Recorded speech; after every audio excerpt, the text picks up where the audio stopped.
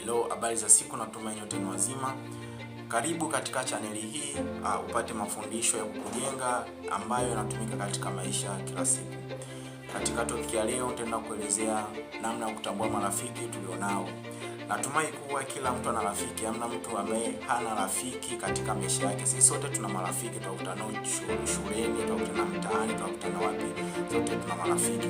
Basi leo tutaenda kuelezea kutambua namna ya marafiki na aina zake ulionao.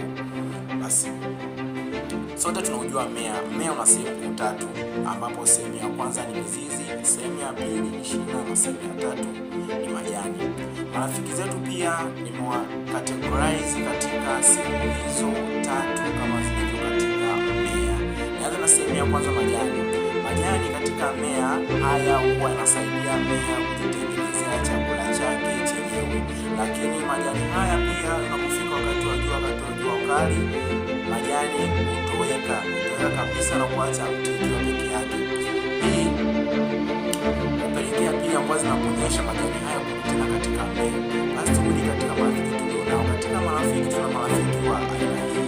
Hawa ni marafiki ambao wao wanapata changamoto kubwa, changamoto fulani, wao hutukimbia na baadaye tunakuja tena kurudi.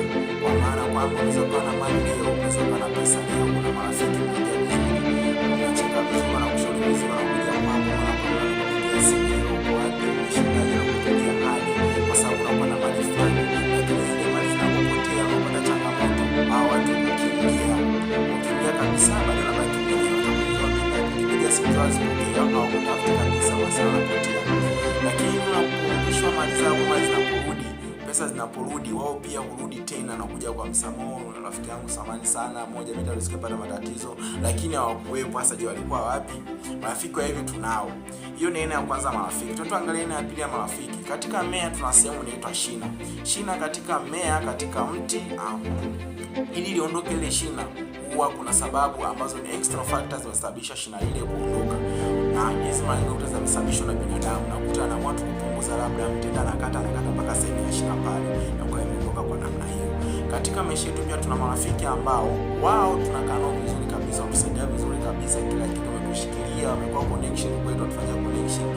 Unashangaa uko na rafiki yako fulani, kitokea mchongo fulani kakutafuta kushirikisha, kitokea kitu kutoka kushirikisha kitu fulani kushirikisha, lakini inakuja inatokea tu ghafla pap anapotea, unashinda kuuliza ameenda wapi. Kumbe alisikia maneno fulani kwamba fulani ni mtu fulani anakufanyia hiki na hiki na hiki, mwache rafiki mbaya anakuwa mpunduka.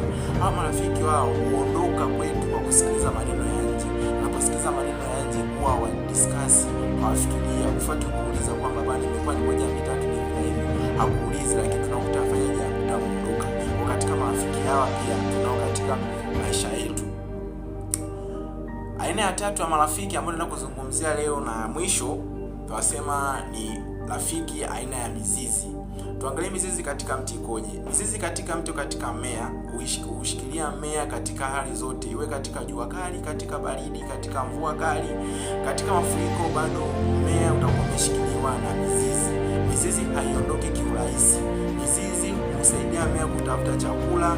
Mizizi huenda ardhini na kujiongea mbali sana kwenda kutafuta virutubisho kwa ajili ya mmea.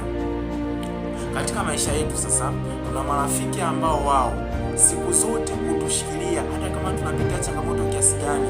Utakuta unajua kuwashauri wako, watakushauri, atakwambia fanya hivi. Utakuta umetengwa na familia, watakushauri fanya hivi. Utakuta nani amekuacha, atakwambia fanya hivi. Utakuta wachumba wamekukimbia, watakushauri, atakwambia fanya hivi. Rafiki yangu, utaanguka, watakuinua, utafeli, watakupa faraja, bana umefeli, umepata ngapi, lakini hapa atakupa ushauri fulani ambao unasema kweli hapa na rafiki. Unajikuta umerudi katika formation tena na kwanza maisha yako upya. Hata ondoka, utapata furaha, mtafurahi pamoja, mtashangilia pamoja, mtafurahia mafanikio.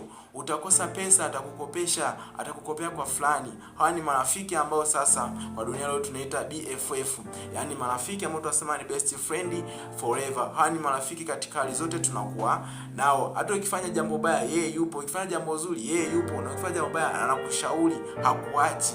Hao tunaita ni marafiki ambao ni aina ya mizizi katika mmea. Kwa hiyo kama una marafiki kama hao, kwa kweli nikupe hongera na ni jambo la kujivunia na kumshukuru Mungu. Na kama una marafiki kama hawa na umetambua wapo, endelea kuwashikilia, sio watu wa kuacha, usiwadharau, endelea kushirikisha nao mambo mbalimbali, waambie wakushauri, wanataka kitu gani wakushauri. Na huu ndio mwisho wa topiki hii. Basi mwisho wa topiki hii, hebu jiulize, je, marafiki ulionao wapo katika aina ipi? Ni mizizi, ni majani au ni mashina? Na ukishajua ndio namna kukaa nao. Na kama hauna marafiki mizizi, hebu kutafuta marafiki hawa, muombe Mungu akushirikisha nao kupata marafiki hawa, marafiki ambao ni wazuri. Asante sana kwa kuendelea kunisikiliza, na mwisho niseme kwamba hapo chini usahau kusubscribe ili kupata notifications na video zingine zinazokuwa natuma. Pia comment hapo chini ni topic gani unapenda niwasilishe wiki ijayo, maana topic zangu nitakuwa nawasilisha kila Jumapili. Ikifika Jumapili tu jioni, pia hapo angalia na kama subscribe utakuwa unapata notification zote. Asante sana, na mwisho niseme see you at the top.